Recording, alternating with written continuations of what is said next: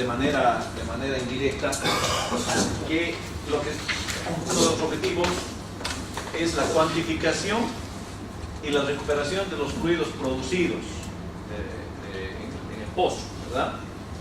Entonces, esa cuantificación y esa recuperación de fluidos la podemos, normalmente se la separa en dos partes, en dos tipos de pruebas, ¿ya? Una son las pruebas de superficie, ¿ya? Son las pruebas, ¿ya? Pruebas de producción, de superficie,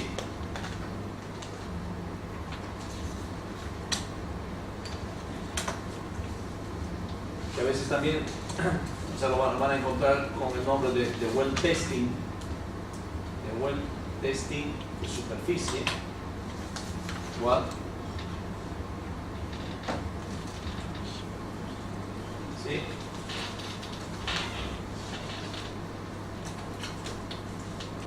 Y dos resultaría ser las pruebas de producción de fondo, ¿ok?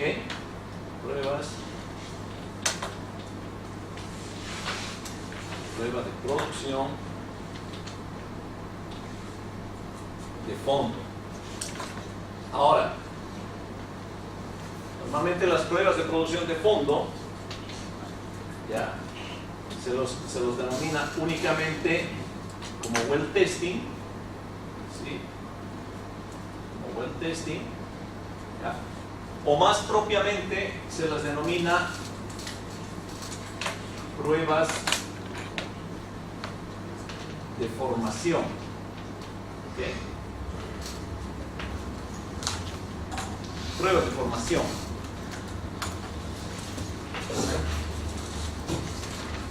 Acá a las pruebas de producción también van a encontrar, en algunos casos las llaman pruebas de productividad también. Pruebas de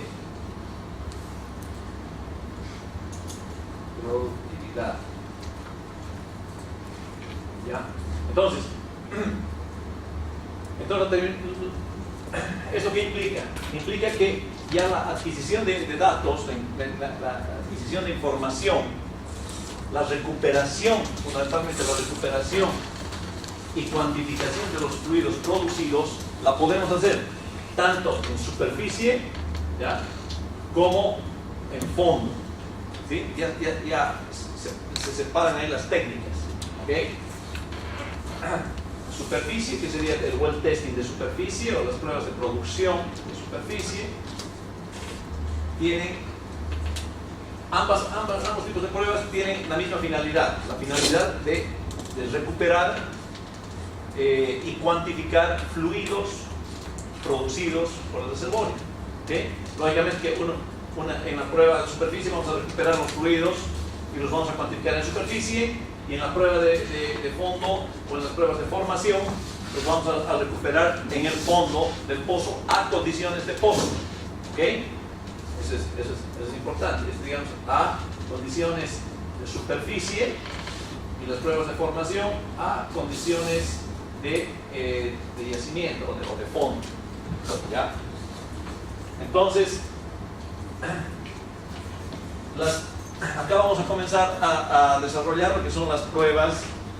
Primero, las pruebas de producción de fondo, ¿okay?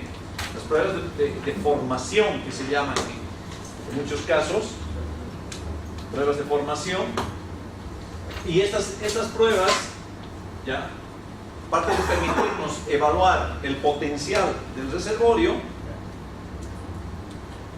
¿ya?, estas pruebas utilizan una serie de herramientas especiales que las podemos bajar, ya sea con una sarta de producción, ¿sí?, una sarta de producción, o con cable eléctrico, con wireline.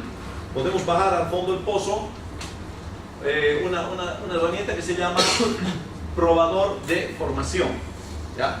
Probador de formación, que en realidad ese probador de formación prácticamente es la herramienta o los accesorios, a veces son más de uno, que nos van a permitir atrapar el fluido, la muestra de fluido de fondo a condiciones de fondo. ¿Okay? Esa es la finalidad del probador de formación. Este probador de formación, como les digo, podemos bajarlo con un arreglo, con una sarta de producción, con tubería de producción, o podemos bajar solamente el probador, el recuperador de fluido, ¿ya? Con cable eléctrico. ¿Okay? ¿De qué herramienta estamos hablando? Bueno, hay diferentes, ¿no? Cuando hablamos de las herramientas a bajar, estamos hablando de la prueba DST. ¿Sí? Exactamente, todo el conjunto DST. El DST es el Drill Steam Test, que se llama, ¿ya? Y las herramientas son un conjunto de herramientas que vamos a... Bueno, acá no se puede apreciar muy bien, pero bueno, una sarta para hacer pruebas de fondo o pruebas de formación o una prueba DST, que se llama, ¿ya? Una sarta está compuesta normalmente de varios elementos. Ya, lo vamos a ver ahorita sí rápidamente, porque después tenemos todo una parte del capítulo está exclusivamente dedicado a que veamos lo que son las pruebas DST, ¿ya? Las pruebas DST o prueba de formación,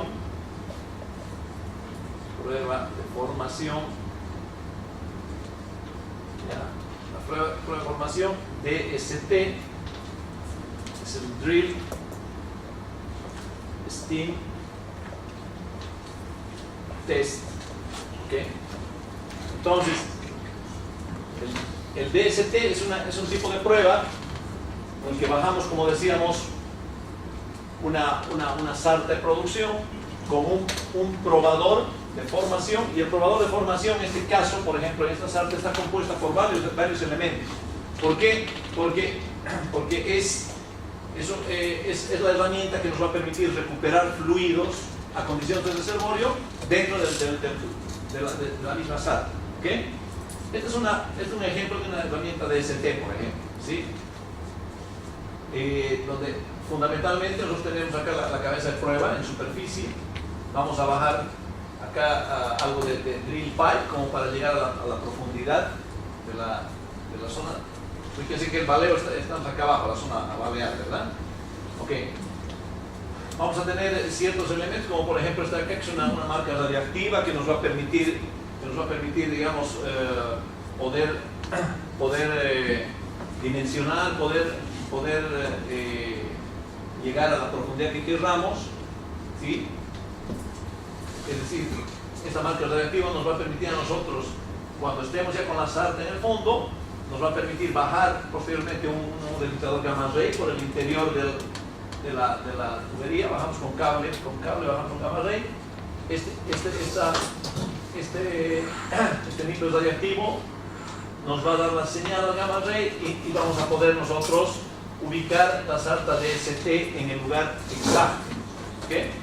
Bueno, después tenemos una serie de válvulas, ¿ya? Acá tenemos una válvula que es una válvula de discos de ruptura, por ejemplo, que nos va a permitir después, con presión por el espacio anular, nosotros vamos a romper los discos de ruptura y vamos a poder circular por inversa, digamos. ¿Ok? Entonces, el detalle de eso lo vamos a ver después. Vamos a ver a detalle cada uno de los elementos que constituyen una sarta DST. Lo principal ahorita es que sepamos que esta sarta lleva fundamentalmente algunas válvulas, ¿ya? Que nosotros vamos a poder abrir con presión por directa, con presión por anular. Vamos a poder abrir algunas válvulas, vamos a poder cerrar algunas válvulas y entrampar fluido dentro de la sarta. ¿Ok? Entonces, adicionalmente, la herramienta ST lleva un packer, ¿ya? que va a ser el que se asiente y nos aísle la zona productora. ¿Okay? Entonces, cuando nosotros tengamos la sarta en profundidad, anclamos el packer, vamos a inducir surgencia del pozo, vamos a hacer que el pozo fluya, Y una vez que el pozo fluye y tenemos una presión de flujo estabilizada, ¿ya? Vamos a accionar, como les decía, ya sea compresión por directa, por inversa, a veces también transmitiendo la rotación. Vamos a accionar, vamos a cerrar dos válvulas, una superior y una inferior, y vamos a entrampar fluido de formación en el interior de la sala. ¿Ya? Esa es la prueba, digamos, resumida, ¿sí? La intención es recuperar fluido de formación, fluido de producción a condiciones de fondo. ¿Okay? Cuando nosotros sacamos la sarta de superficie, una vez que hemos terminado la prueba, vamos a ahogar el pozo justamente a través de estas válvulas sin tocar, digamos, el fluido que hayamos atrapado, ¿ya? Entonces recuperamos la sarta y en superficie ese fluido atrapado lo vamos a transferir con unos botellones especiales, presurizados y demás. Vamos a transferir el fluido recuperado, el fluido atrapado, lo vamos a transferir a los botellones, y eso se va a hacer el análisis, digamos, un análisis PVT que se llama, ¿no? Análisis de presión, volumen, temperatura, donde ahí se va a hacer la caracterización de los fluidos recuperados, como habíamos dicho. ¿Okay? Entonces, fundamentalmente, ese es un tipo de prueba de producción de fondo, es decir, esa es una prueba de formación, en otras palabras, ¿ya? Una prueba de formación y que está digamos, que nos va a permitir después hacer la evaluación tanto de los fluidos como del reservorio. Adicionalmente, a lo que nos estamos olvidando de mencionar, en esta herramienta DST también tenemos aquí arriba, en una de ellas, en el porta memories que se llama, o el gauge carrier, se tienen unos memories, unos registradores de presión y temperatura de fondo, ya instalados. A veces se tienen acá arriba y se tienen abajo también, debajo del packer. Entonces tenemos registradores de presión sobre el packer, registradores de presión por debajo del packer. Entonces, durante toda la prueba, ¿ya? Todo lo que ha sido el flujo, todo lo que ha sido el cierre del pozo, el atrapamiento del fluido, todo aquello, ¿ya? Entonces ha estado también siendo, las presiones han estado siendo registradas en los registradores de presión y temperatura que tenemos en la sala. Eso también lo vamos a ver cuando vayamos a ver, vamos a ver los tipos de registradores de presión y temperatura, vamos a ver cómo se los programa, cómo se los instala. Vamos a ver estos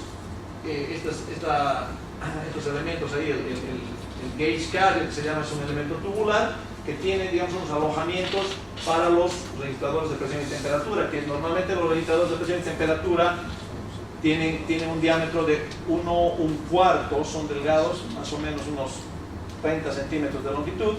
Entonces esos van alojados en esta herramienta acá que llamamos gauge carrier o porta sensores. ¿Okay?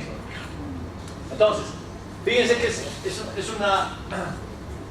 es un VHA, un arreglo completo, ¿ya? Donde nosotros vamos a poder adquirir información de qué, de las presiones del reservorio, de las temperaturas, de las presiones fluyentes. Vamos a poder recuperar fluido en el interior. Entonces es una prueba completa de lo que queremos hacer, ¿ya? Y es realizada en el fondo del pozo. ¿Okay? Hay muchos, después se combina, ¿no? Hay muchos casos en los cuales se combina esta herramienta DST, ¿ya? Normalmente se baja una DST más una herramienta TCP, que se llama. ¿Ok? ¿Qué es esta herramienta TCP? Estos son unos cañones, ¿sí? Estos son unos cañones, ¿ya? Que se bajan por debajo de acá la sarta, acá se baja una cabeza de disparo, se bajan los cañones. Entonces, ¿en qué varía? En que nosotros vamos, inmediatamente se balea la formación y se tiene el flujo del pozo, el aporte del pozo. Inmediatamente nos comenzamos en la sarta de DST va a estar registrando las presiones y temperaturas del flujo inicial. Esa realmente es una buena práctica el realizar una prueba DST juntamente combinada con el baleo TSP, ¿ya? Porque nosotros vamos a tener datos del flujo inmediato, es decir, del primer flujo que pueda tener el pozo, ¿verdad? Normalmente puede haber esta combinación también de ambas técnicas. Esta no tiene TCP, esta es DST solamente. ¿Qué quiere decir? Que todo este conjunto lo hemos bajado una vez que el pozo ya estaba baleado, que de alguna forma ya el baleo ya se lo hizo antes con cañones convencionales y el pozo ya tal vez ya fue sometido a algún flujo o alguna prueba de superficie, no sabemos, ¿ya? Entonces, esa es la característica de este arreglo. Como les digo, después vamos a entrar a detalle porque es muy importante que sepan ustedes todo lo que son, cómo se llega incluso a ensamblar uno de estos arreglos. Son arreglos especiales. Normalmente las pruebas de DST se las realiza en la etapa de terminación, es decir, a pozo entubado, ¿sí? Pero hay otros casos también en los cuales podemos nosotros realizar pruebas DST en agujero abierto. Es decir, normalmente cuando tenemos nosotros la cañería, digamos, la cañería intermedia, la cañería superficial, la de 9/5 octavos, que es la intermedia, está acá. Normalmente la cañería de 9/5 octavos, ¿sí? Y estamos perforando el tramo de producción. Okay, ahora estamos acá con agujero abierto. Okay. Entonces, ya en esta etapa, cuando estamos perforando el tramo de producción, ¿ya? Y nosotros sabemos que vamos a ingresar o hemos ingresado, ya hemos tocado puede ser el tope formacional de una arena de interés. La arena es un reservorio, ¿ok? Entonces, ese momento paramos la perforación, ¿sí? Y podemos hacer una prueba DST. ¿Qué quiere decir? Podemos bajar una sarta de este tipo para recuperar los fluidos del reservorio a condiciones del reservorio. En este momento nos podemos bajar todo el conjunto, ¿ya? El conjunto, bueno, combinado con tubería, más las válvulas, más el portamemories, más todo aquello, con un packet, y aquí toda la cola esa que habíamos visto. Aquí abajo también hay otro portamemories. Aquí hay dos registradores de presión y temperatura. ¿Okay? Acá tenemos también las válvulas multiciclo, tenemos otros registradores de presión y temperatura acá, aquí una válvula RD, digamos, de circulación con discos de ruptura. O sea, este es nuestro arreglo DST, ¿sí? Entonces, lo que se hace es bajar el arreglo, anclar el packet prácticamente un poco por encima del zapato de la cañería de 9/5 octavos, ¿ya? Y y comenzamos la prueba de ST, ¿sí? La prueba de ST en agujero abierto, en open hole, como se llama, ¿ok? En open hole. ¿Qué quiere decir? Que así como estamos, con el packer asentado en la cañería, nosotros vamos a inducir surgencia con nitrógeno, vamos a aliviar la columna con nitrógeno, en algunos casos se pistonea, ¿ya? De modo de que vamos a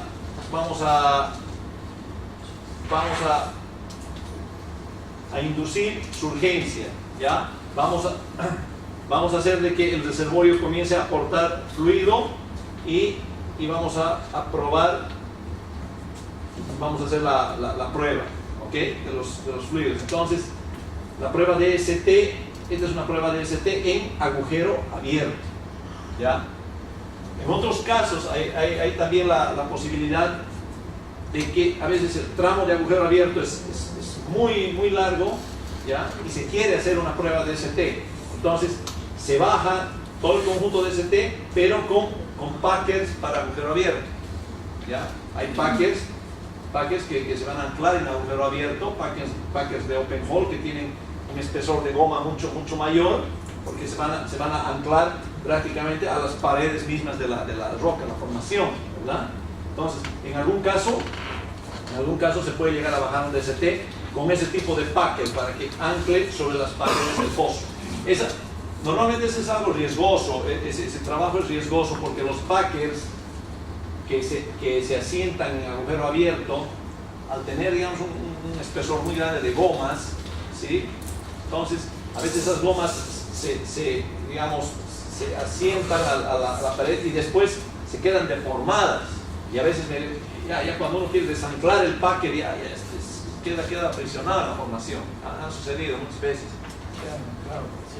Quedan anclados, sí. O si no nunca hacen sello, ¿sí? Los packers se le pone peso todo, y nunca hace sello, tal vez por el mismo diámetro que tiene, diámetro que no es uniforme ahí en esa parte de la formación, ¿no? Entonces, pero hay la posibilidad de hacer un DST en agujero abierto, ya sea anclando el packer en la cañería superior o bajando packers para anclar en open hole. Ahí es posible. ¿Cuándo la última vez que has escuchado de un packer, una DST en agujero abierto? ¿En open hole? No, pues se hizo una vez, se hizo en el campo, en Cascabel se hizo para Andina, una vez se hizo en agujero abierto. Y nunca sellaron el packer, nunca selló el packer en las paredes de la formación. Se tenía que hacer un calibre ahí para saber dónde fijar el packer. Claro, exactamente. Bajar, más o menos ver el registro de calibre ahí pero en ese momento como todavía no se ha corrido, o sea, se tendría que correr un registro de calibre ahí con wetline, digamos, antes, ¿no? Para poder... Eso hace mucho tiempo, ¿no? Sí, más o menos estamos hablando de... 20 años. No, el 2005, por ahí. Sí. No, es difícil. Es justamente porque es riesgoso. O no sella o después se queda aprisionado. En Tatarenda se hizo una prueba en agujero abierto, ya en agujero de 5 pulgadas. ¿Con packer en 5? Con packer en 5, con packer de open hole de 5 pulgadas. No se lo pudo desanclar nunca. Entonces se quedó el packer ahí, se hizo un corte químico, se recuperó todo el resto de la sarta y se quedó el packer ahí habilitado solamente con el pasaje a través de... pero no te ocurrió el siguiente. ¿Dio algo? No, permitió producir después, pero ya lo que no permitió es proseguir después con la profundización del pozo. Claro, ya prácticamente estamos en la profundidad final ya, ¿no? Pero si se hubiera querido profundizar ya no había forma. Cuando se quieren probar diferentes niveles, ¿cómo hacen? Digamos una prueba de ST en diferentes niveles. Claro, hay que programar en realidad. Si lo que se quiere con la prueba de ST es recuperar fluido acá digamos entre estas válvulas acá, vamos a recuperar fluido. Entonces hay que hacer una prueba específica para cada zona. Si digamos en este caso, queremos hacer primero un agujero abierto y después queremos ir a evaluar, digamos, un valeo que se tenga por acá, digamos, acá arriba, a otra formación de interés. Entonces, automáticamente tenemos que repetir la prueba, o sea, sacar este arreglo, poner un tapón acá en el fondo, un tapón recuperable aquí en cañería se puede poner y se baja a evaluar solamente esta zona. No, pero pensé que se podía, o sea, hacer el open hole así en niveles con packets, por lo que dice. No, en realidad en open hole recibimos el fluido de todas las zonas que puedan. Si aquí tenemos, por ejemplo, otro nivel arenoso, ¿sí? Otro nivel objetivo que ya lo hemos atravesado, ¿okay? Al momento de inducir surgencia, también va a aportar este, ¿verdad? También va a aportar este, y vamos a tener el flujo de todas las zonas que aporten, que estén por debajo del packet. Eso es lo que vamos a hacer. Pero no hay forma de aislar, digamos, si no está entubado. Bueno, habría forma, porque también hay tapones recuperables que se pueden colocar acá en agujero abierto igual. A veces hay tapones inflables y todo aquello que se pueden asentar en agujero abierto. Solo que hay el riesgo ese después de no poder recuperarlos porque se pueden llegar a deformar. ¿Okay? Bueno, entonces como decía, ahora realmente la prueba en agujero abierto creo que ya no se hace, porque solamente el objetivo del agujero abierto es para recuperar fluido, no para hacer una determinación de daño, porque las pruebas generalmente son cortas, ¿no? Un periodo de 8, máximo 12 horas, así que no puede hacer humildad, no puede hacer Exactamente. Y yo pienso que con lo que se ha avanzado la tecnología en la parte de registro de perfilaje, por ejemplo, ahora puedes sacar toda la información que queda en el pozo poniendo registros solamente, sin necesidad de hacer un tecnólogo. Sí, claro, si la intención es, digamos, si la intención es tener datos de presiones y caudales y más, y no recuperar una muestra de fluido, entonces no hay para qué arriesgarse y hacer una descentralización abierta. O sea, el motivo fundamental de la DCT es esto, ¿no? el recuperar el fluido acá a condiciones de yacimiento. Esa sería ahora, digamos, como dice Roberto, las pruebas en open hole normalmente van a ser rápidas, ¿sí? Porque no queremos determinar, a veces no queremos determinar el radio de investigación, el radio externo de drenaje o algún posible daño, ¿ya? No es la intención en agujero abierto determinar esto todavía, ¿sí? La intención es ver si se va a proseguir la perforación o no. Es para definir si se baja la cañería o Si se baja la cañería, exacto. Y normalmente cuando hacen esta prueba de ST en pozo abierto, casi siempre cuando lo hemos hecho se ha arrojado al pozo. También hay la Porque posibilidad. uno le baja la presión de la aerostática y se te cae el pozo. Exactamente. Hay la posibilidad. Si estas formaciones no son bien consolidadas, el momento de poner en surgencia, aquí va a haber un derrumbe y prácticamente va a ser una caverna ahí, así, ¿no? En la pared de la... Sí. Es para decidir si vas a perforar o qué hacer. Exactamente. Ok. Bueno, entonces serían las pruebas de producción que se puede llamar de fondo. Ok. Ahora vayamos hacia las pruebas de producción de superficie, que es lo que mencionamos acá. Número 1, pruebas de producción de superficie, lo llamado también well testing de superficie. ¿Sí? Ok. ¿Cuál es la intención de estas pruebas? La intención es también recuperar y cuantificar los fluidos producidos, pero a condiciones de superficie. ¿Ya? A condiciones de superficie. Y para eso, ¿qué es lo que se hace? ¿Qué se necesita para cuantificar y recuperar los fluidos en boca de pozo? Se necesita instalar una serie de equipos en boca de pozo, ¿ya? Que normalmente se denominan facilidades de producción, ¿sí? Entre esos equipos el principal es un separador bifásico o trifásico, ¿ya?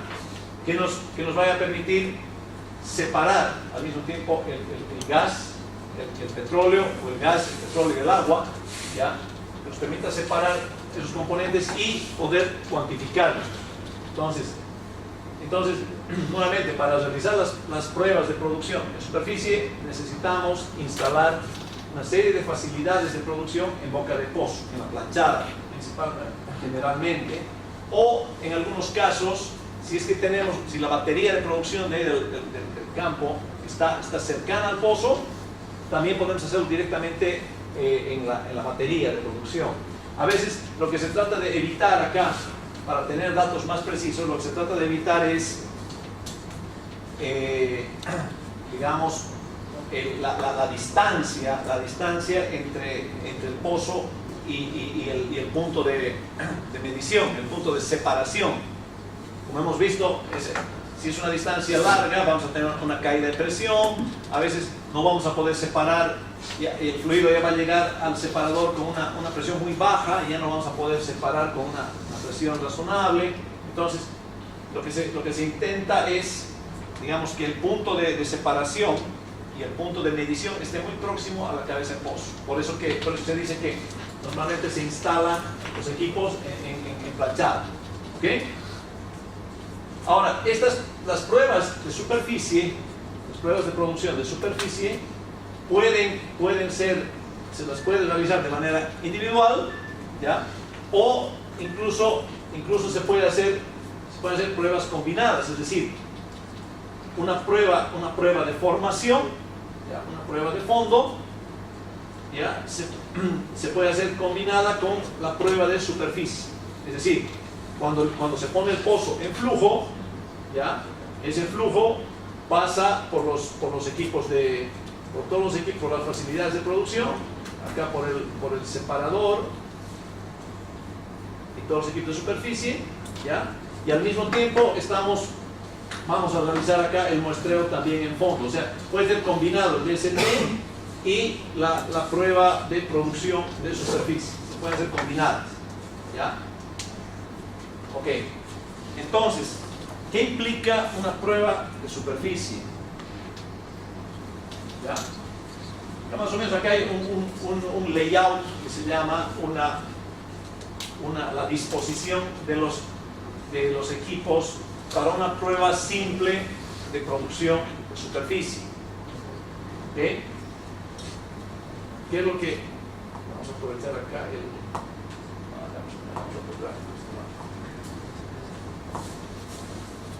¿Qué implica normalmente una prueba de producción de superficie? Como habíamos visto,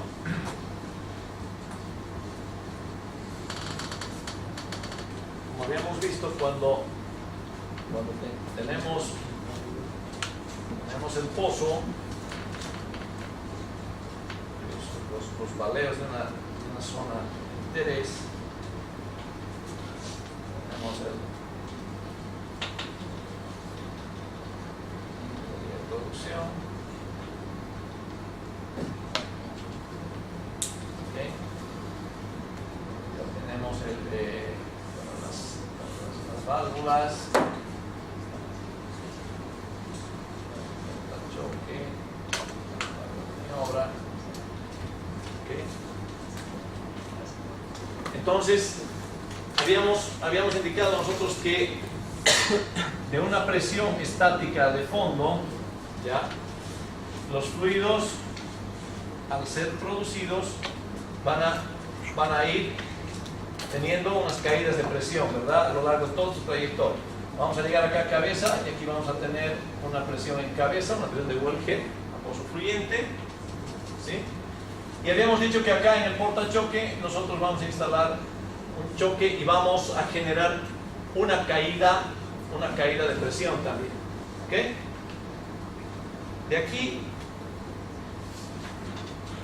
De acá partimos con lo que es el equipo de superficie. ¿Ya?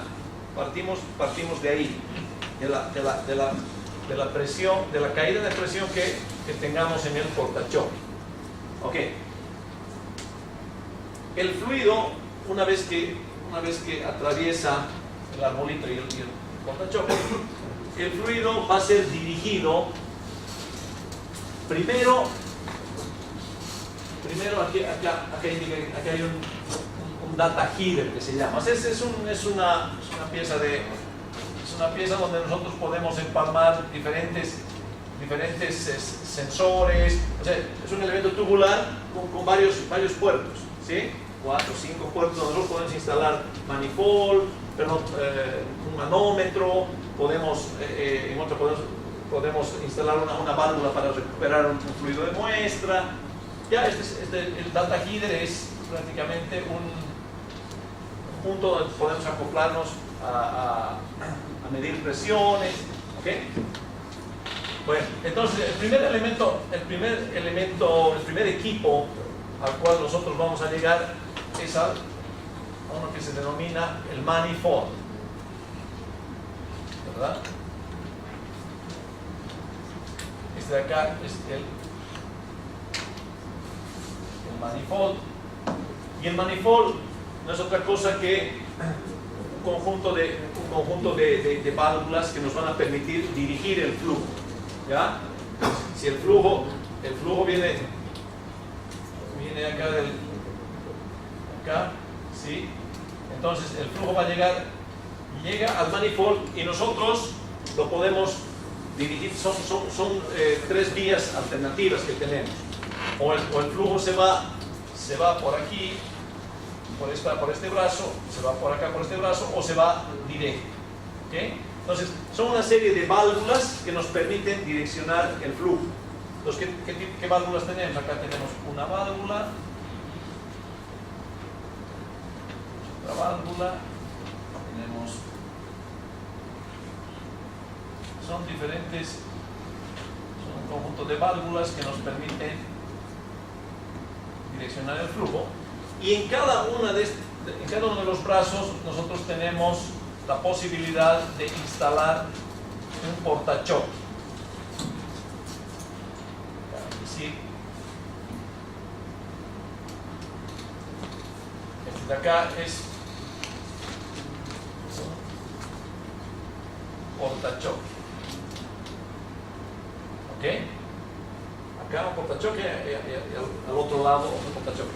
¿Con qué finalidad? Con la finalidad justamente de reducir más todavía la caída de presión que hemos tenido acá en el choque fijo del arbolito. ¿Ya? Ustedes recuerdan las gráficas que habíamos visto, las gráficas de caídas de presión. Teníamos acá de la presión estática de fondo hasta la presión estática de fondo. Esta era la presión de fondo fluyente. Después teníamos otra caída hasta llegar a la presión en cabeza de pozo, y de aquí había una caída brusca que nosotros generábamos, decíamos, ¿ya? Y este era un delta P en el choque, un delta P en el portachoque del arbolito. ¿Okay? Entonces, si esta caída de presión mantiene todavía la presión alta, ¿ya? Nosotros podemos regular al dirigir el flujo por el manifold, ya sea por un brazo o por el otro. Digamos que estamos yendo por el brazo superior, por acá, por el brazo de la izquierda, digamos así, ¿ya? El flujo va por el brazo de la izquierda, eso quiere decir que cerramos las otras válvulas, ¿ok? Y dirigimos el flujo por este lado de acá, ¿ya? Entonces eso nos permite que al dirigir el flujo por el brazo de la izquierda, ¿ya? Nosotros podemos colocar acá un choque de una medida específica. Acá colocamos un choque o un estrangulador que habíamos dicho, de modo de generar una caída de presión adicional a la que hubo en el portachoque del arbolito. Aquí vamos a generar otro delta P, digamos, en el manifold, ¿ya? De modo de llegar con el flujo hacia el separador a presiones de operación del separador, ¿ya? ¿Por qué? Porque después del manifold nosotros vamos a pasar al separador. Ahorita vamos a ver esto. El manifold, la idea es que todo el flujo vaya hacia un separador. ¿Ok? Entonces, este es el separador. Entonces, ¿para qué queremos nosotros que el flujo vaya a un separador? ¿Y para qué queremos que el flujo llegue a este separador con una presión adecuada? ¿Ya? Primero, porque en el separador, como su nombre lo indica, vamos a separar de todo el flujo que viene una combinación gas, petróleo y agua, ¿ya? En el separador se va a separar, ya, aquí viene el nivel de fluido, ya vamos a ver en un ratito. Acá en el separador vamos a separar el gas, ¿sí? El gas, y vamos a separar,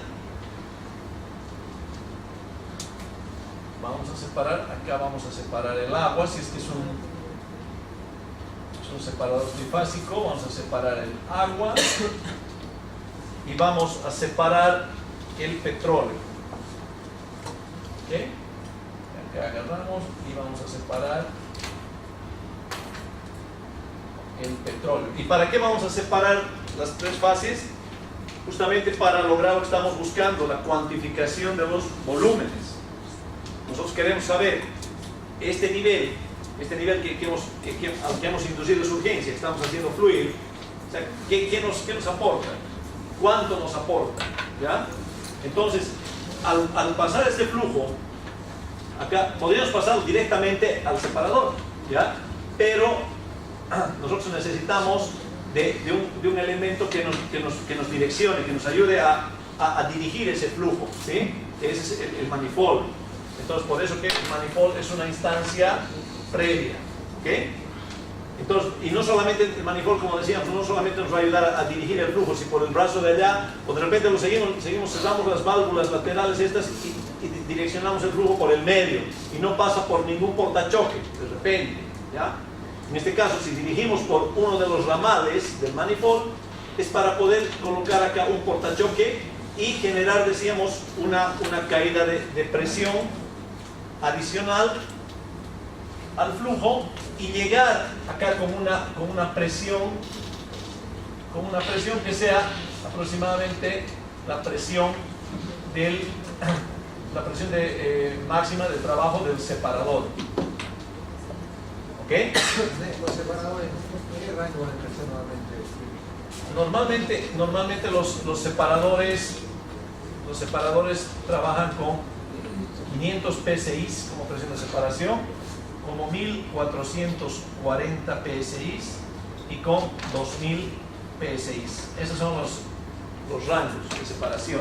Y para cada rango tiene que haber un diseño de separadores, de pared y todo. Exactamente.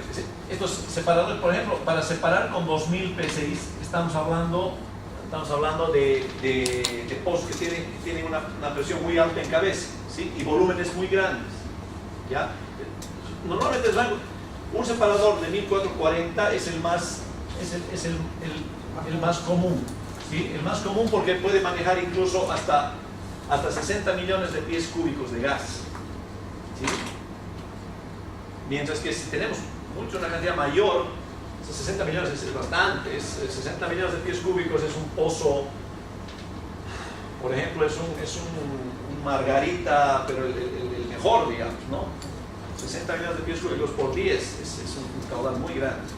Entonces, y el separador, este separador de 1440 puede manejar ese, digamos, pongamos acá 60 millones de pies cúbicos cúbicos por vía. ¿Sí?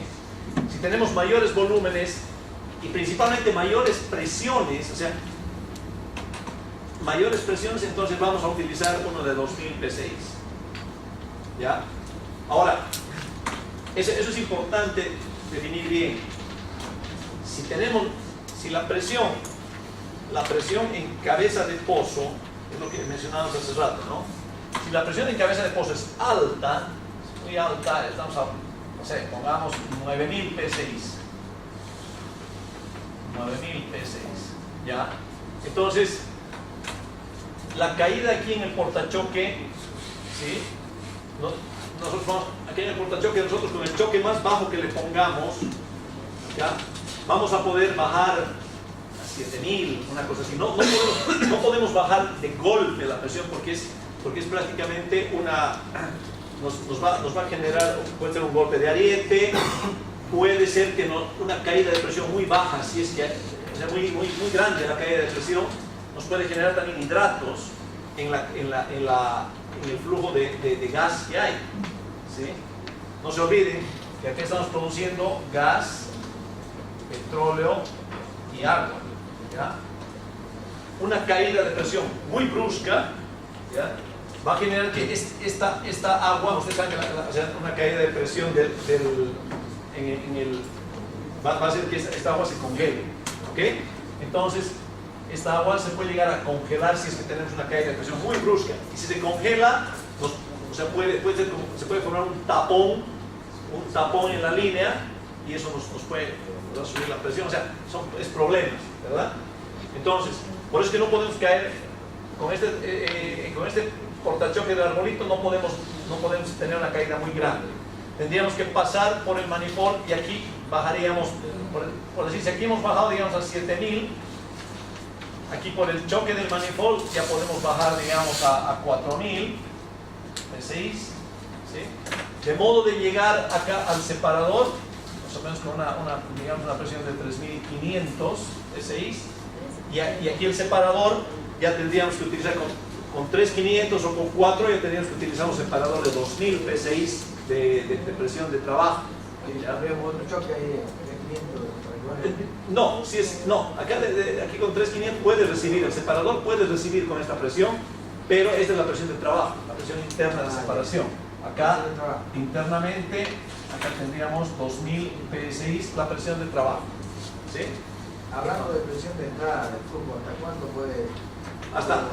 Los separadores normalmente hasta 5000, todas las líneas estas son de 5000. ¿Y el separador mínimo 5000? 5000. Sí. No, sí, o sea, 5000 sí, la presión máxima de reventamiento. Pero nunca va a llegar a más de 2000, que es la presión de trabajo.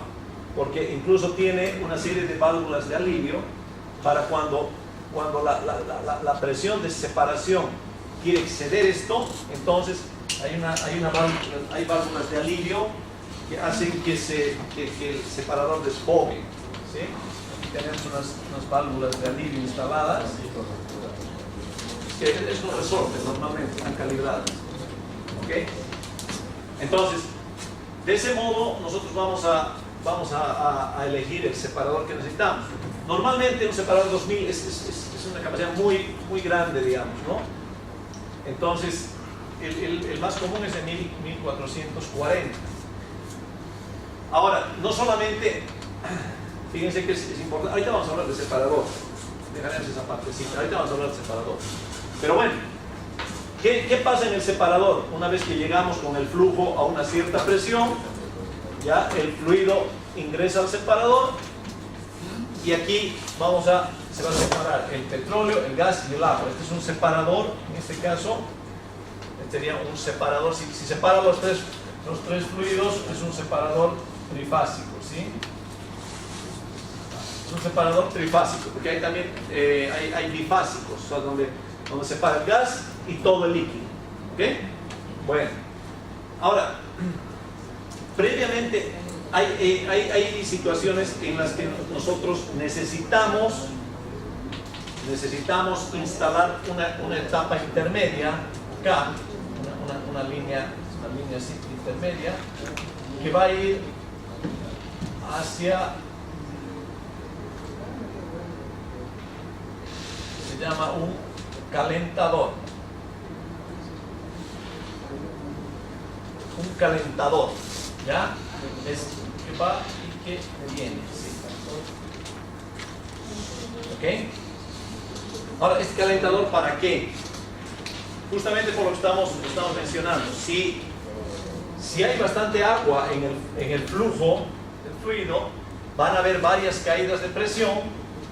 El agua, antes de llegar al separador, ¿ya? No puede llegar, o sea, no podemos, digamos, tomarnos el riesgo de que esa agua en esta próxima caída de presión que va a haber se llegue a congelar y nos tape aquí el acceso al separador o lo que sea. No podemos tomar el riesgo de que esa agua se congele, ¿ya? Entonces, el flujo lo hacemos pasar por el calentador, ¿ya? Viene el flujo, ingresa por acá. Y el calentador no es otra cosa que un serpentín, ¿ya? No es otra cosa que es un serpentín, una línea que es el serpentín, es una línea así, ¿ya? Sí, ¿verdad? Ahí. Es una serie, unas tuberías, ¿ya? Entonces el flujo continúa nomás por todo el serpentín, sale por acá y viene hacia el separador, ¿ya? Entonces, pero ¿qué pasa ¿qué sucede cuando el fluido pasa por el serpentín interior del separador? Del calentador, perdón. Lo que sucede es que aquí en el calentador,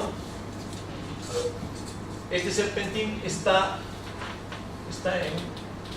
en un ambiente que tiene agua caliente, ¿ya? Es agua que es un baño María, digamos, ¿ok? Entonces como tiene agua caliente acá, esta agua caliente, ¿cómo se genera? Normalmente acá hay a un costado del calentador acá, o sea, como parte del mismo equipo, ¿sí? Hay un quemador, ¿ya? Con una llama indirecta, ¿ya? Es un quemador. Aquí hay una llama indirecta de fuego, ¿sí? Llama indirecta, ¿sí? Que está calentando el agua que ingresa. Entonces, ¿con qué mantenemos nosotros encendida esa llama? Con algo de gas de separación que tenemos de acá, ¿sí? El gas que se separa de acá, vamos a hacer con otro color. El gas que nosotros podemos tomar de acá, de esta línea al quemador, podemos tomar algo de gas y lo utilizamos aquí como gas combustible para el quemador del calentador. Entonces, de ese modo nos aseguramos de que aquí hay una llama de gas, una llama de fuego permanente, el agua que nosotros hemos llenado previamente, hemos llenado todo el calentador, lo hemos llenado con agua, ¿sí? Entonces vamos a mantener el agua caliente ahí y el fluido va a atravesar el serpentín y va a pasar. No hay mezcla, o sea, nada que ver. El flujo del fluido del pozo que viene no se va a mezclar con esa agua, es como un baño María, eso ténganlo claro, ¿sí? Aquí el fluido va a pasar por el serpentín interior, ¿sí? Y externamente es donde se tiene el agua caliente, ¿ok? Entonces ese es el calentador indirecto que se llama, que nos va, prácticamente a nosotros nos ayuda muchísimo para que la caída de presión que va a venir no nos congele el agua que viene en el flujo del fluido. Para que se entiende eso más o menos. Sí. Una pregunta, acá con los calentadores. Ajá. El proceso de congelación del gas cuando se le carga es inmediato, es rápido, no es... Velocidad, claro. No es que pasa con el tiempo.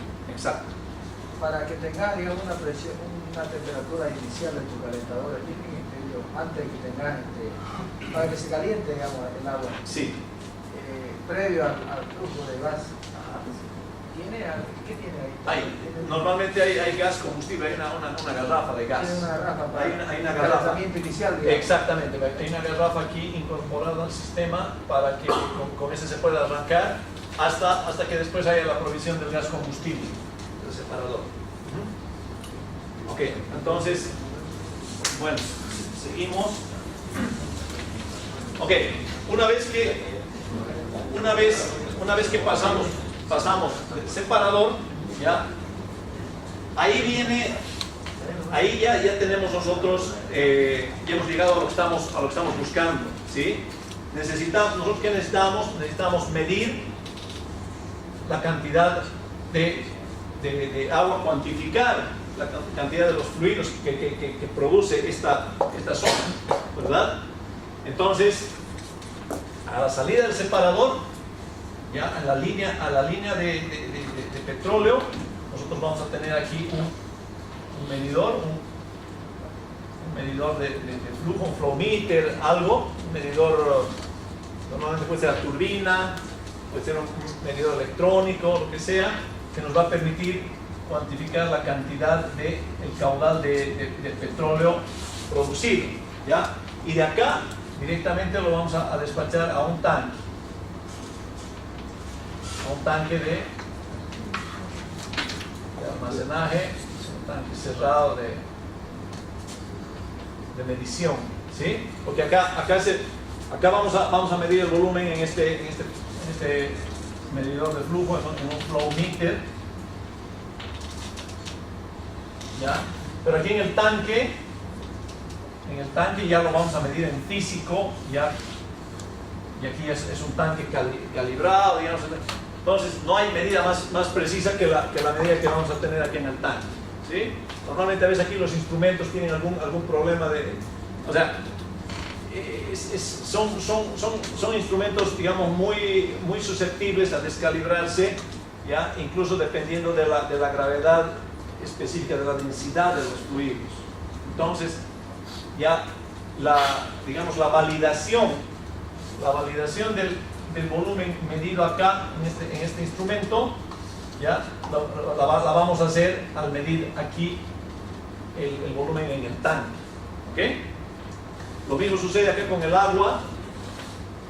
Con el agua lo mismo, esto se va a otro tanque, ¿ok? Tanque, acá vamos a poner otro flow meter para medir el caudal de agua, ¿sí? Y ¿qué es lo que sucede con el gas? El gas, saben, el gas no podemos hacer nada, no podemos almacenarlo ni nada por el estilo, porque de aquí del separador el gas sale con una presión muy baja, ¿ya? Entonces, este gas nosotros lo mandamos acá y se va a ir a un flare, ¿no? a un quemador vertical, no sé, un flare, un quemador, ¿ok? Pero, digamos, al salir del separador, nosotros vamos a tener aquí la forma de cuantificar el caudal de gas. El caudal de gas que se está produciendo, ¿sí? Y vamos a tener diferentes tipos de medidores, tenemos un medidor de placas de orificio, tiene diferentes técnicas como para determinar el volumen de gas que estamos mandando al quemador, ¿ok? ¿Tiene quemadores verticales? Sí, hay quemadores verticales. Hay también, ¿qué es lo que sucede, por ejemplo, en plataforma? En plataforma, normalmente el petróleo que sale, ¿ya? A veces por la falta de espacio ahí en plataforma, ¿ya? Porque normalmente los pozos, los reservorios que se están probando ahí en el mar, generalmente producen una cantidad impresionante de petróleo, ¿no? Petróleo condensado. Entonces, ese petróleo no hay los tanques suficientes como para almacenar. Entonces, esto de acá pasa, digamos, a un quemador de petróleo, ¿sí? Esa es una, no sé si han visto a veces en alguna foto, se ve la plataforma,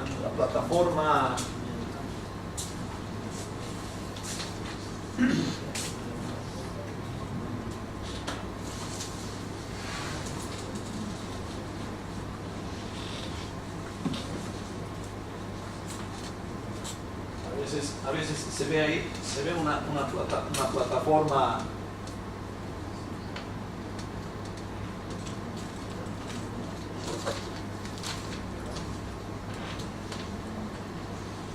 acá, se ve la plataforma, aquí se ve, digamos, alguna torre o algo así, y se están haciendo prueba, se ve acá, es como una, el boom que llaman, boom, es como acá, y aquí está colocado el quemador de petróleo, ya que es un sistema, y aquí bueno ya sale la llama ahí, se ve a veces, ¿no? Este quemador de petróleo, ya, es un equipo que converge con tres boquillas, una la boquilla de donde viene el petróleo, otra una boquilla de aire, ¿sí? de gas, como para oxigenar, digamos, la mezcla, y otra, digamos, que tiene una pequeña llama, ¿okay? Entonces, con las tres se genera la quema del petróleo, pero ya pulverizado. Por eso que pasa son unas boquillas que tienen acá, como decimos, llegan tres líneas, ¿sí? Llegan tres líneas a tres boquillas. Esas llegan con presión. Al pasar por esas boquillas, el petróleo sale pulverizado, se combina con oxígeno y con el calor, y ahí se quema, pero no hay líquido. O sea, por eso que no es que de acá chorrea, digamos, hacia el mar, digamos, ¿no? O sea, es una mezcla totalmente homogénea, pulverizada, ya acá en el quemador de petróleo. Y ahí es donde a veces se lo quema, porque no hay cómo almacenar, digamos, el petróleo durante la prueba ahí en la plataforma. Cuestión de espacio. ¿Okay? Entonces fíjense que esto es lo que queríamos llegar. Queríamos llegar a cuantificar la cantidad de gas, de petróleo y de agua que está aportando esta zona, ¿sí? Entonces, ¿cuál la, digamos, en realidad, cuáles las alternativas, digamos, a este sería un sistema simple, ¿verdad? Ya hemos dicho que si tenemos, digamos, acá la separación, si el gas sale del separador con una presión todavía un poco alta, ¿sí? Todavía un poquito alta, quiere decir de que en proceso no se le ha quitado todo el líquido que se le podía quitar, ¿verdad? Entonces se puede pasar a una segunda etapa de separación. Podemos pasar este gas, en lugar de que se vaya al quemador, pasa a otro separador, como en este caso. En este caso viene del manifold, viene al separador, previamente pasa por el calentador, ¿verdad? Viene al separador de alta. De acá, el separador de alta, bueno, aquí el gas de baja presión, en realidad aquí se denomina de alta presión porque sale del separador de alta, ¿ya? Entonces, se va al flare, el líquido que arrastra todavía gas viene a un separador de baja, ¿ya? En algunos casos el gas también pasa al separador de baja, eso hay que verlo bien, y del separador de baja ya sale ya el gas ya, todo el líquido se separa acá, y el gas ya prácticamente seco, podemos decir, ya va al quemador, ¿ya? Y el líquido pasa a un tanque. En este caso el líquido se lo toma como líquido total, petróleo y agua, ¿sí? Todo junto. O sea, no hay problema con que el petróleo y el agua o sea, se separen en una sola etapa acá y lleguen a un solo tanque, porque después en el tanque ya se separan por gravedad, ¿verdad? El agua se va abajo y el petróleo se va arriba. ¿Okay? Pero esa es prácticamente ese sería el circuito. René, si se produce algo de arena, ¿dónde entra la arena? ¿En qué parte va a entrar? Sí, es buena pregunta esa. A veces, si se ve que tiene arena el flujo, entonces se coloca un desarenador que se llama acá, previo al manifold. Acá se coloca un desarenador que no es otra cosa que es como que fuera un separador vertical, ¿ya? Donde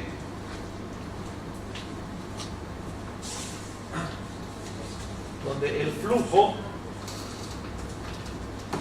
un desarenador es, digamos, viene la línea de flujo y el desarenador es como que fuera un separador vertical. ¿Okay? Así, donde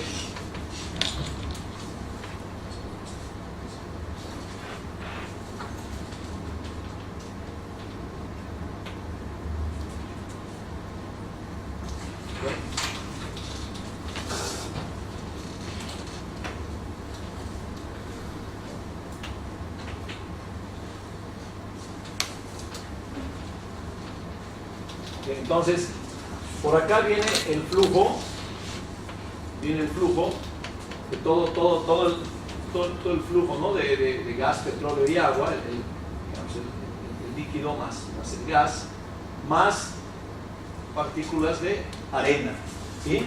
Viene con presión. Entonces, ¿qué es lo que hace el desarenador? Un desarenador incorporado antes del manifold. Lo que hace es, todo este flujo viene con fuerza y golpea en la pared lateral del cuerpo del desarenador. Entonces, ese golpe ya hace de que acá se genere una especie de turbulencia, pero en realidad el fluido sigue y las partículas de arena caen y se depositan aquí en el fondo del... No es nada más que eso, se genera un golpe acá, una especie de ciclón así, y el líquido ya con algo de arena, digamos, la arena que llega a depositar, y el líquido teóricamente sin arena sigue, ¿sí? O sea, no es un desarenador que nos elimina al 100% la arena, ¿no? Más que todo, a veces que la arena es tan fina, igual puede seguir, digamos, parte de la arena acá en la corriente, pero digamos, es un sistema efectivo a veces cuando hay arena. ¿Okay? Entonces, bueno, como les decía, ese desarenador se lo incorpora acá antes del ingreso al manifold. ¿Okay? Ahora, ¿y cómo se logra la separación en el separador?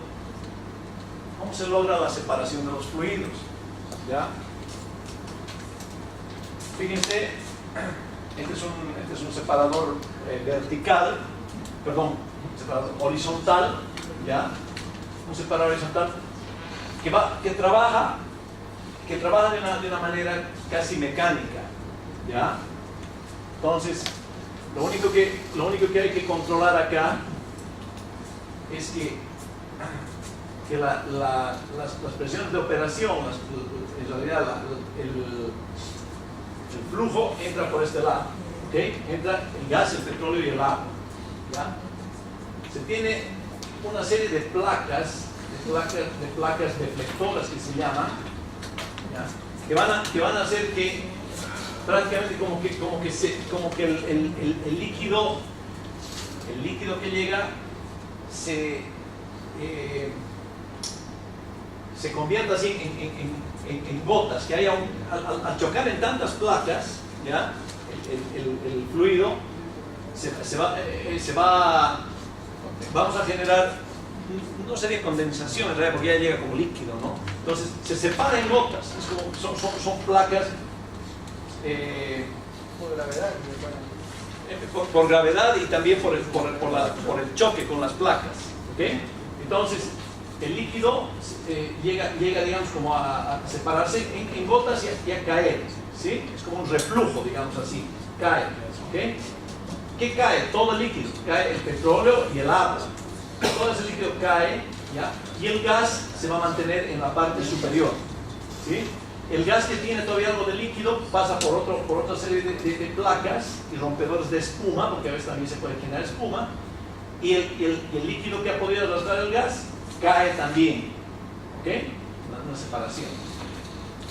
Entonces, ¿qué es lo que sucede? El gas se queda en la parte, digamos, superior del separador y el líquido en la parte de abajo. Y el líquido se va a separar por gravedad en agua y petróleo, ¿ya? ¿Qué es lo que se hace normalmente? ¿Qué es lo que tiene que hacer el operador del separador? Controlar de que estos niveles de líquido no se suban mucho, ¿sí? Tiene que controlar el nivel de líquido y tiene que controlar que digamos, los parámetros, la presión interna del gas, digamos, no exceda la presión de separación que se le aplica, ¿verdad? Entonces, normalmente no va, si la presión del gas o la presión del fluido excede a la presión de separación, aquí hay una válvula, no está especificada, pero hay una válvula de alivio, que esa válvula se va a abrir y va a desfogar al ambiente. Ah, sí, acá. ¿Ok? Entonces, acá desfoga y la presión de toda la cámara, digamos, se reduce, pero normalmente no debería suceder eso si estamos controlando bien los niveles de líquido. Fíjense que, ¿y cómo se convierte en un separador trifásico? O sea, ¿cómo separa el agua del gas? Únicamente, acá se separan los fluidos por densidad, el agua se va abajo, el petróleo arriba, y a medida que ¿cómo se separa el petróleo del gas? Únicamente por rebalse acá hacia el compartimiento de atrás del separador, ¿okay? Porque a medida que vaya subiendo el nivel, el petróleo queda arriba y por rebalse pasa acá. Entonces tenemos en la línea de atrás tenemos solamente petróleo y acá solamente agua, ¿okay? Y el gas que sale por acá, luego de haberle quitado casi todo el líquido que podía arrastrar, el gas se va al quemador. Déjame entender, ese regulador de nivel ahí flota en el agua y en el petróleo. Sí, tiene flotadores, exactamente. Pero flota en el nivel de agua. Exactamente, en el nivel de agua. Lo que pasa es que este regulador de nivel nosotros lo ponemos a nivel, digamos, externamente lo regulamos. Lo van moviendo a la altura. Sí, porque acá tenemos aquí una parte del separador, acá hay un visor, ¿ya? Tenemos todo el cuerpo del separador metálico y ahí todo el cuerpo metálico y aquí hay un visor, es decir, una placa así de transparente donde nosotros estamos viendo y estamos regulando dónde está el nivel de líquido, está acá, el nivel de agua está acá. Entonces, los niveles. Algo que flotaba automáticamente ahí.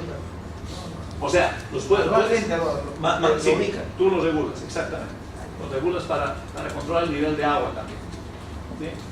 Entonces, es digamos, a grandes rasgos lo que es el funcionamiento del separador. Vamos a ver también los separadores cuando vayamos a esta visita. Hay separadores de diferentes capacidades, ¿ya? Verticales, o sea que Los verticales son básicos.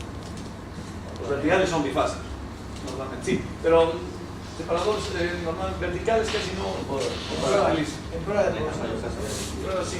¿Ah? Para manejar mayor cantidad de líquido. Exacto, más líquido que. Exacto, sí. Ok, entonces.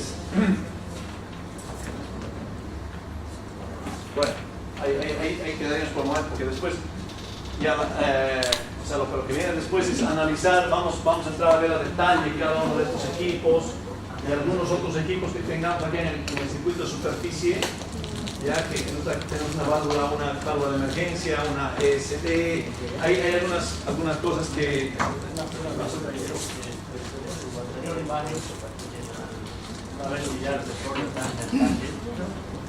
¿Cómo lo transporta a la planta? De acá del tanque, ya automáticamente con cisterna, acá tenemos una bomba, sí, una bombita centrífuga, tomamos el fluido del tanque y lo pasamos a la cisterna, y es en cisterna.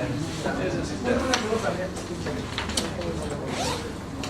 ¿Cómo definimos si en un separador de alta y separador de baja el flujo de gas que sale del de alta que vaya a la fosa o que vaya al separador de baja? Claro, lo que pasa es que normalmente si el caudal de gas que vamos a recibir, es grande, ya se tiene un estimado de que es un volumen alto de gas, ¿ya? Entonces es casi un hecho que vamos a necesitar un separador de baja para una segunda etapa. ¿Por qué? Porque un volumen grande de gas no va a ser digamos, una eficiencia, no va a ser separado con una gran eficiencia en el separador de agua. Sí o sí, el gas va a arrastrar líquido, y eso lo vemos acá en el... Si es ese gas lo mandamos aquí a la fosa, al quemador, la llama del quemador va a ser más oscura si se está arrastrando más líquido, ¿verdad? Va a ser más naranja, entonces, sí, y va a ser más amarilla si tiene menos líquido. Entonces, así. Ok, un favorcito, el día, estoy tratando de programar para el siguiente sábado, ya, una visita ahí al Equipetrol como para ver todos estos equipos. ¿Okay? Entonces, la idea sería, no sé específicamente cuántas personas somos, no sé si la lista la tienen por ahí. Más de 50. Claro, entonces. Muchísimas gracias. Ya. Lo que si por eso estamos con 50 teóricamente en la lista. Ya.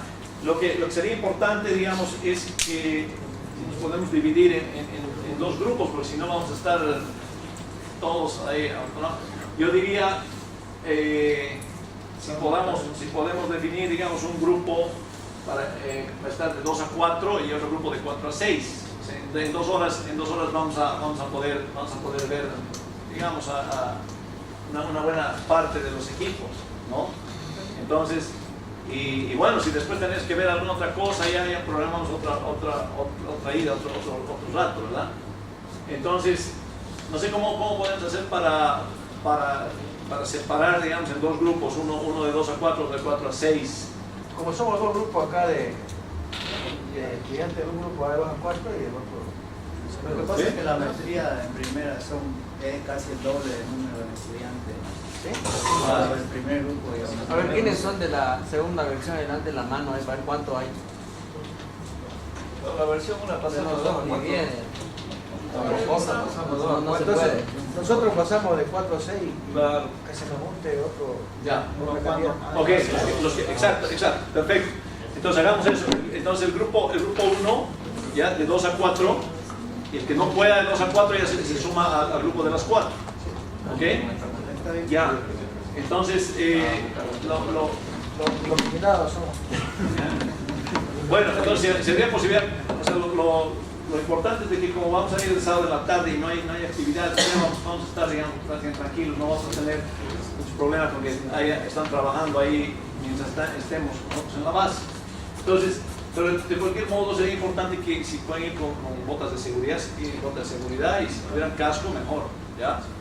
Entonces, Sí, la vez que en anteriores módulos se hizo este tipo de actividades, que se ha ido a ver de herramienta, quizás siempre se ha ido con la seguridad. ya, con botas si tienen casco. Si alguien no tendría casco, ya vemos allá de conseguir alguno, no hay problema. Casco y botas. No, No, casco y botas, ¿no? Porque tampoco no vamos a... No, porque no van a estar trabajando, no va a haber nadie ahí, vamos a estar solamente...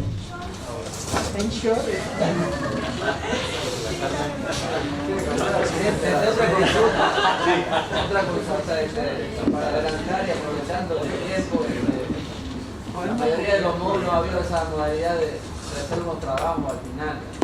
Exactamente. Para su caso sería bueno para que usted lo vaya tomando Sí. con tiempo, ver los temas y todo eso, y se vaya de alguna manera organizando los grupos. Exacto. Para tenerlo con tiempo, digamos. Perfecto. Sí, buen dato. Me comentaban hace un momento, me comentaban algo así y vamos a ver para posiblemente el siguiente sábado o domingo yo traería unos temas para que vayan preparando, armar grupos y ¿ok? Considerando de que hay varios Sí. acá que están en campo. Ya hablamos de eso, Sí. la misma modalidad va a ser el otro tema. Claro, pero para que quede claro para todos. ¿Está digamos. bien? Buenísimo. Bien, John. Listo, no sé si todos han firmado ya. ¿Lista? Ok. Bueno, entonces hagamos lo siguiente. El día sábado nos encontraremos directamente con el primer grupo a las 2 de la tarde en la empresa Equipetrol, allá en el kilómetro 8, en la doble vía La Guardia. ¿Ya? La parte del ingreso a la base, ahí ya va a estar todo, ya van a estar todos los noticiados. ¿Ok? Bueno, gracias. Bien. No sé si pueden informar a los que no han venido, ¿ya?